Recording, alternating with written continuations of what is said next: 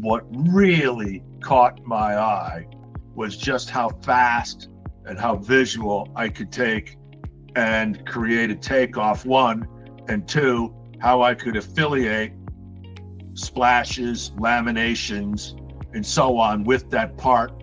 Three, to be able to then create a substrate layer, very simplistically, very easy, and everything about the program is designed specifically for the stone industry, so I don't have a lot of other things that are cluttering up what it is I'm trying to accomplish. What I will say is whoever designed the software was thinking about the end user. I mean, it is so intuitive. Now, literally within a matter of 2 hours of training, we had everything we needed. The home run comes in when I'm able to utilize the Slab Optimizer right there on the spot. I'm able to change slab size and VE the project to alternative materials, alternative sizes right there on the spot, and reorganize and know what my slab count is going to be. I could only imagine in Bluebeam there were too many times when changes occur, which is probably 3 out of 4 jobs, that when you go to execute those changes, you're starting over in your Bluebeam. You're starting over in whatever system that you are historically been using. And so now we have the ability to make those changes very quickly, easily, and blow it all the way through updated CADs, updated slab optimizing, updated shop drawings, and do it effortlessly.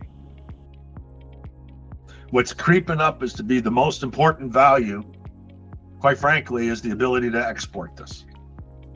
We are just beginning to see the value of it. Now, if I'm able to take, as an example, I quoted the job A to have, let's say, 12 slabs. Then all of a sudden, and we nest it, and we ordered a 12th slab knowing we needed 10 and a half or whatever the case may be in the nest.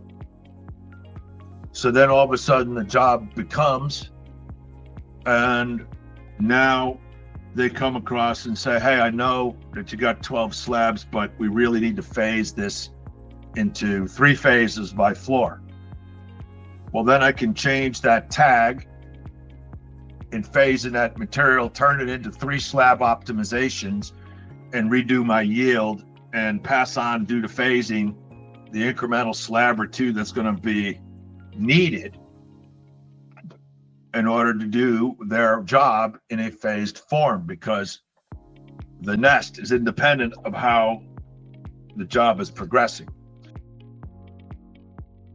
You know, we had a 1,200 foot square job not too long ago that before the use of the system, we were consuming way more material than what it is that was bid. But because of the dissociation between Bluebeam and what was actually templated, we were never able to connect the dots as to where the discrepancies were in what it is we actually put in, other than we put in more than what we bid and couldn't find it, had to eat that difference and the incremental labor and the time it took. And we literally spent probably 2 man days trying to overlay and dissect this information, and we couldn't. And we just kind of gave up, basically, and wrote that one off.